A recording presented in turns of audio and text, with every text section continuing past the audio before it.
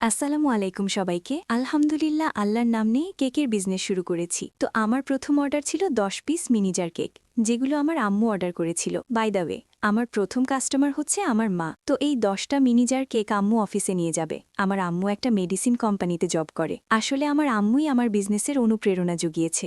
জানি না কতদূর কি করতে পারবো, তবে আল্লাহর নাম নিয়ে শুরু করছি, এই আর কি। আল্লাহ যেন আমাকে সফলতা দান করেন, সেই দোয়া করবেন সবাই। তো আমি একটা 1 পাউন্ডের ভ্যানিলা স্পঞ্জ কেক বানিয়েছিলাম। তো সেগুলোকে হচ্ছে একটা ছোট কৌটার মুখ দিয়ে গোল গোল করে কেটে নিয়েছিলাম। আর যেগুলো হচ্ছে এক্সট্রা ছিল সেগুলোকে আমি নিচের লেয়ারে দিয়ে দিয়েছিলাম। তারপর সুগার সিরাপ দিয়ে ক্রিম দিয়ে কোট করে নিয়েছি। আমি 2টা লেয়ার করছি এখানে। তো যেহেতু প্রথমবার জার কেক বানাচ্ছি, এগুলোকে একটু ডেকোরেশন করছি। আমি ডেইজি ফুলের মতো ক্রিম দিয়ে ডেকোরেশন করে দিয়েছি, যাতে দেখতে সুন্দর দেখায়। আমার আসলে 12 পিস হয়েছিল জার কেক, 1 পাউন্ড কেক দিয়ে। আমার হাসবেন্ড 2টা খেয়ে নেয়। সে কেক খেতে খুব ভালোবাসে, কেক দেখতে লোভ সামলাতে পারে না।